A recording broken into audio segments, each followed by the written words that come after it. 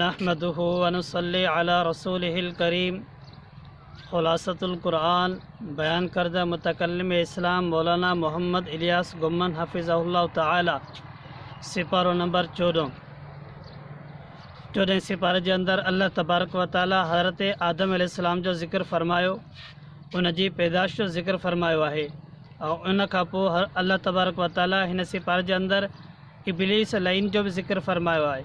ابلیس لعین حضرت آدم علیہ السلام کے سجدو نہ کयो ہو خلاصہ اللہ تبارک و تعالی حکم ॾिनो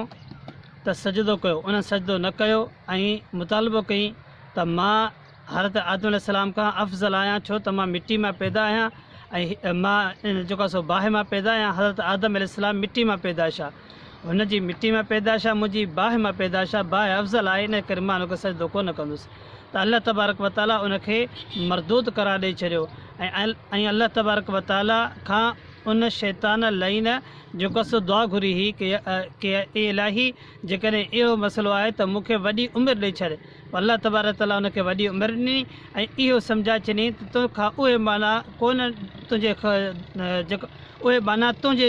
ॼार में कोन ईंदा जेके मुंहिंजा उम्मतियूं जेके मुंहिंजा ख़ासि बाना हूंदा जेके मुंहिंजी इबादत कंदड़ आहिनि मुतक़ी बाना आहिनि इहे तुंहिंजे ॼार में कोन ईंदा ऐं वाक़ई बि जेको माण्हू अल्लाह खां डिॼे थो उहो उन शैतान जे ॼार में न आहे फासंदो बहरहाल मुख़्तसर अल्लाह तबारक व ताला हिन सिपार जे शुरू जे अंदरि हज़रत आदम अलैहिस्सलाम ऐं शैतान जो बि ज़िक्र फरमायो हज़रत आदम अलैहिस्सलाम जी पैदाइश जो ज़िक्र बि फरमायो ऐं उन खां पोइ क़ौम समूद जो ज़िक्र फरमायो मुख़्तसर ऐं उन खां अलावा अल्लाह तबारक व ताला सूरतुल फातिहा जो ज़िक्र फरमायो कि सूरतुल फातिहा वलक़द आतैनाका सबअम मिनल मसानी वल क़ुरआनिल अज़ीम कि क़ुरान करीम जी ही अज़ीम आयतूं आहिनि जेके मूं अल्लाह से फरमायो त मूं अव्हांखे ॾिनियूं आहिनि इहा सूरत उहा आहे जेके बार बार पढ़ी वञे थी निमाज़ में बल्कि अफ़सोस अॼुकल्ह इहो चयो वञे थो सूरतुल फातिहा बार बार पढ़ूं त था बल्कि उनजे तर्जुमो ऐं मफ़हूम असांखे ख़बर न आहे जेकॾहिं तर्जुमो ऐं मफ़हूम ख़बर पवे त इंसान खे निमाज़ में अञा चङी तरह दिलि लॻी सघे थी त असांखे घुरिजे त असां इन कम अज़ कम निमाज़ जो तर्जुमो ज़रूरु यादि करियूं ऐं उन खां पोइ अल्लाह तबारक व ताला पंहिंजे अल्लाह तबारक ताला हिकिड़ी ॻाल्हि सम्झाई आहे त पंहिंजे नज़र जे मथां ॼमी बीहजे हता यातिकल यकीन वअबुद रब्बक हता यातिकल यकीन कि पंहिंजे नज़र ते ॼमी वञो ईअं न थोरी ॻाल्हि ते जेको सो माण्हू भटकिजी वञे ईअं न करे बल्कि पंहिंजे नज़र ते ॼमी रहे ऐं उन खां पोइ अल्लाह तबारक व ताला हिन 14 सिपारे जे अंदरि सूरतुल नहल जो ज़िक्र फरमायो सूरतुल नहल चइबो आहे माखी जी मख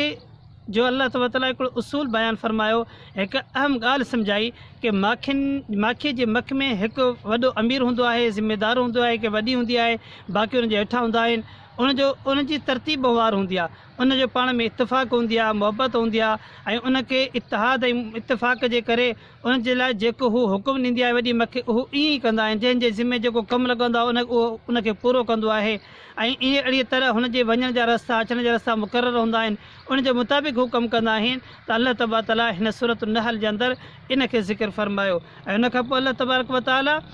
पंहिंजी नेमतुनि जो ज़िक्र फरमायो आहे अल्लाह ताला जूं नेमतूं केतिरियूं आहिनि ज़मीन आसमान सिज चंड सूरज समुंड आहे हर शइ अल्लाह जूं नेमतूं आहिनि अल्लाह से फरमायो त मुंहिंजी नेमतुनि खे ॾिसो ऐं इन नेमतुनि मां जेको आहे सो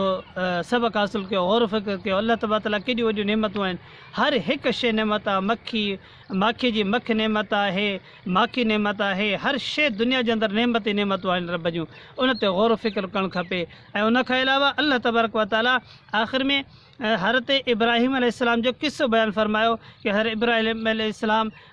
ॾिसण त हिकु वाहिद फ़र्द आहे बल्कि पूरी हिकु जमात जी हैसियत रखे थो ऐं उन खां पोइ अल्लाह तबारक व ताला हज़रत इब्राहिम अलैहिस्सलाम किस्से खां पोइ आख़िर में सम्झायो त जेकॾहिं का मुश्किलात अची वञे त सब्र कयो बीमारी अची वञे दीन जे कमु कंदे कंदे का मुशक़त अची वञे त सब्र कजो कंहिं बि ॻाल्हि ते को कमु कंदड़ हुजो हमेशह इहा यादि ॻाल्हि रखणी पवंदी ताकी असांखे सब्र करिणो पवंदो जेको माण्हू सब्र करे थो त अल्लाह तबारक व ताला जी मदद उन सां शामिल हाल थी वञे थी ऐं उहो इंसानु दुनिया ऐं आख़िरत में कामयाबु थी वञे थो अल्लाह ताला खां दुआ आहे त अल्लाह तबारक व ताला मूंखे अव्हांखे सब्र करण जी तौफ़ीक़ अता फ़रमाए ॿुधायल क़ुरान करीम जे हिन ख़ुलासे ते असांखे अमल करण जी तौफ़ीक़ अता फ़रमाए मुंहिंजा दोस्तो ही उहे शयूं आहिनि जेके अव्हां असांजी ज़िंदगीअ खे बहितर बनाइण वारियूं आहिनि असांखे खपे त असां हिन जे मथां अमल करण जी कोशिशि कयूं व आख़िर दावाना अल्हम्दुलिल्लाह।